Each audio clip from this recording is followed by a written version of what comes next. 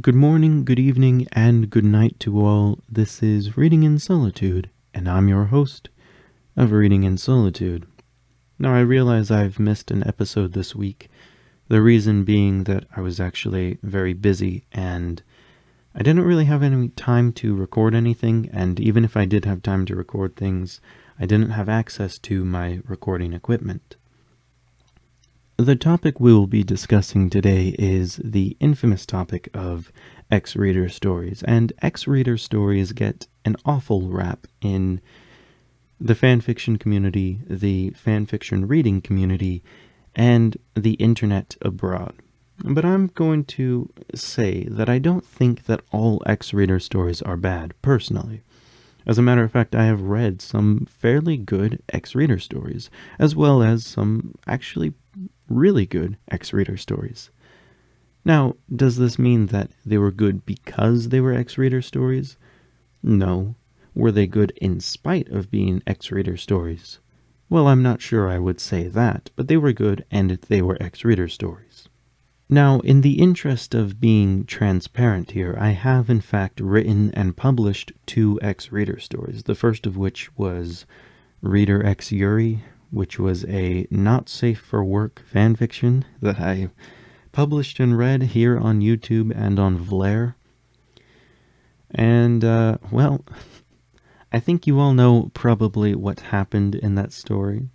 It was a kind of fairly sexual story, I felt, and as a result, I age-gated that video because, well, I did think it was a little too sexual. The other story that I wrote was called Reader X Natsuki, and this story did also have one sex scene, but it was not a very graphic, sex scene, so we'll talk about that.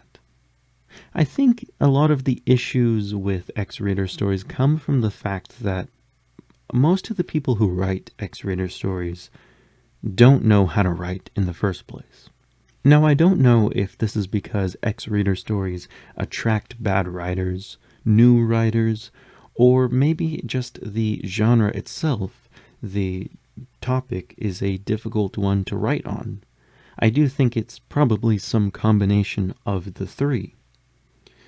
The fact of the matter is that if you read a handful of X-Reader stories that you pick randomly off the internet, most of them will not be very good. I think one of the reasons, though, that they are also seen as worse than most other fanfictions is the fact that a lot of people don't like the idea of X-Reader stories. You see, a lot of X-Reader stories suffer from the same writing issues that I see across the board in any fanfictions, really. Any fanfictions suffer from a lot of the issues that I talked about last week, in addition to poor language choices, poor choices with focus, which is a big one for X-Reader stories, and also, of course, poor grammar and syntax, which is just seen across the board in fanfiction writing. But when you compound this with the fact that a lot of people will see X-Reader stories as being out of character for most characters, or for a lot of characters, it does seem to make people take on a much more negative view of X-Reader stories. Add on to the fact that a lot of people who write X-Reader stories write smut into their X-Reader stories, and you have a perfect storm of things that people don't like and bad writing tactics. I want to make 2 things clear here. Number 1, I don't have an issue with sex in literature. And no, I don't necessarily mean smut. I just mean sex in general. There are some people out there who are very puritanical about their literature, and they don't want to see any mentions of sex or intimacy in their books, and I think that's a very ridiculous desire. The fact of the matter is, sex and intimacy are a big part of the human experience, and as I've stated before, I think literature should reflect on the human experience. The other thing that I want to make clear is the fact that I don't have an issue with pornography, or in this instance, with smut or erotic literature, as it would be more formally called, I suppose. I don't think there's anything wrong with writing erotic literature. Just know that if you're writing erotic literature, you are writing to a very different audience than the romance group, right? The romantic group of readers are not necessarily looking for erotic literature. Likewise, people looking for erotic literature are not necessarily looking for romantic literature. This is a big issue in the community of people who write X-reader stories, because most people who write X-reader stories do inevitably wind up putting a sex scene into their story. And a lot of people simply don't know how to approach a sex scene, whether it be because they've consumed too much pornographic material to really know how to write something so delicate and so intimate and personal as a sex scene, or, of course, the issue also being not really knowing where to focus on such a action-packed scene. You see, language and the way it is used has a way of conveying a different message. You see, two people having sex in a scene is not necessarily a perverted scene. It is not necessarily a pornographic scene either. It all depends on what you focus on. For example, a first-time sexual encounter for a pair of budding lovers who are just looking to engage in the act for the first time with each other might be feeling a lot of tension, a lot of nervousness, a lot of tense feelings, I suppose you could say.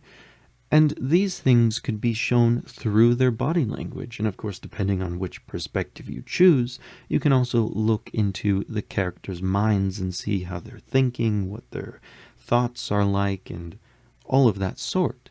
You see, the focus in this case is not on the genitalia of the couple. It is instead on the body language and on the feelings and thoughts and emotions of the characters. And in this case, you can convey intimacy and you can convey the feelings felt during a sexual encounter without ever having to be so graphic or vulgar about the topic.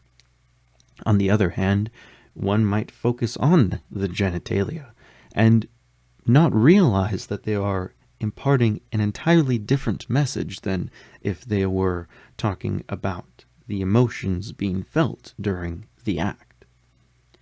You see, what often winds up happening is these sex scenes that are thrown into the story feel very off from the rest of the story.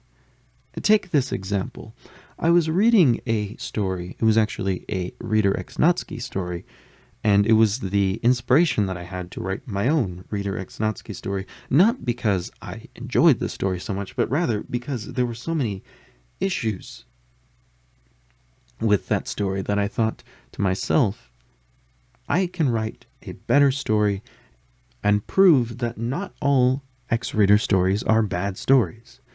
And not to brag or pat myself on the back, but I don't think Reader X Natsky is a bad story, in my opinion. Of course, I'm the person who wrote it, and I'm the person who read it, so naturally I would say such, but I really don't think it's that bad of a story. It certainly is not my best work, but going back to what I had said at the beginning, not all X-Reader stories are bad. However, this particular story, while I actually did quite enjoy a number of the chapters, had a few things off, one of which had to do with plot structure, and that is sort of unrelated to this particular video. But one of the other issues that I had with it that was a big issue was the fact that these sex scenes which were in this story did not convey the same message that was being put across. For example, there was actually a instance of sexual assault, not on Natsky, but on the reader, on the protagonist.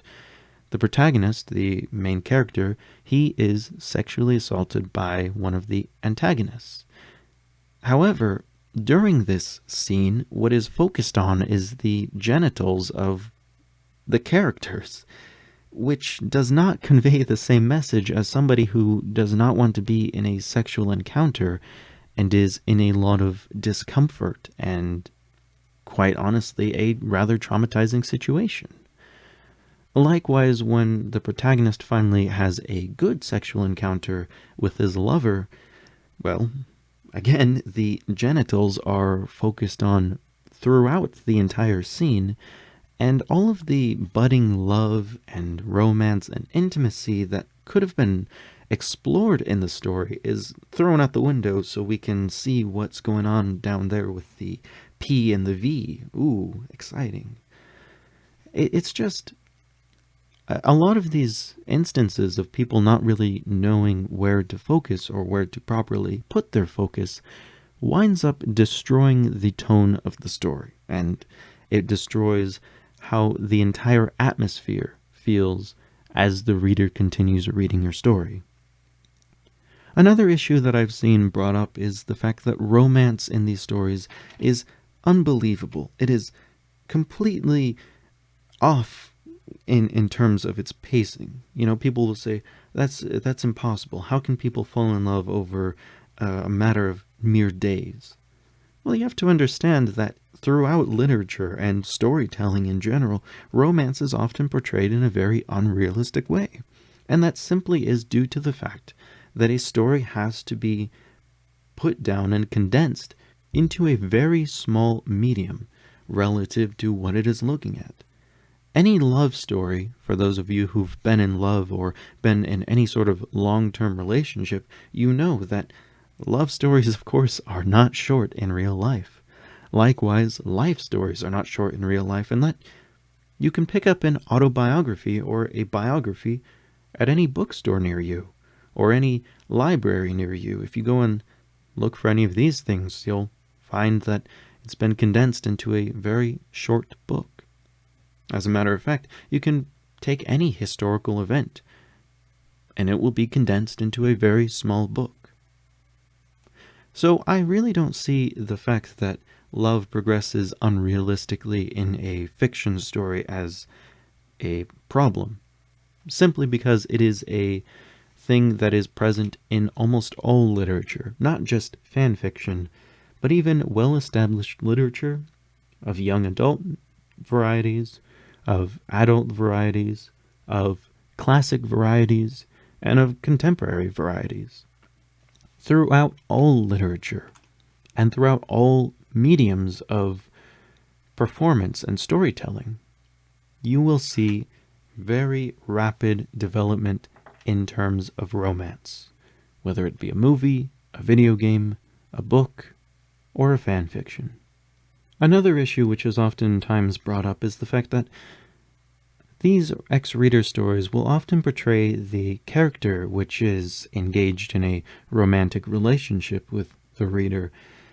They will often portray them in a way that is seen as out of character.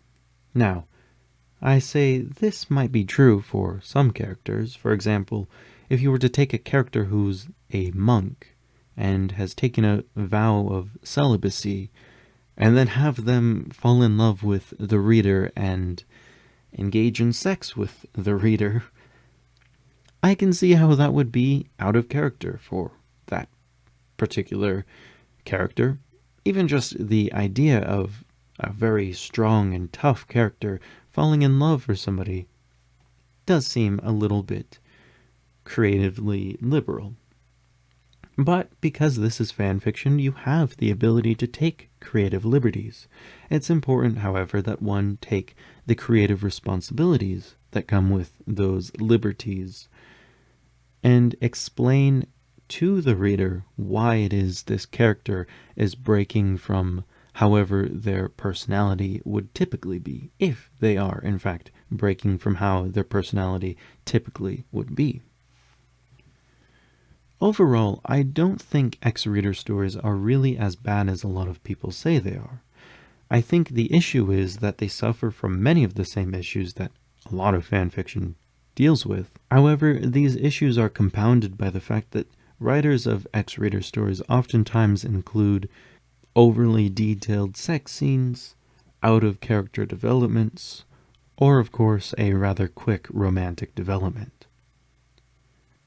Whatever it is that you see in X-Reader Stories, I hope you all have a good day, a good night, or whatever time it is wherever you are, and I hope you all are quite well.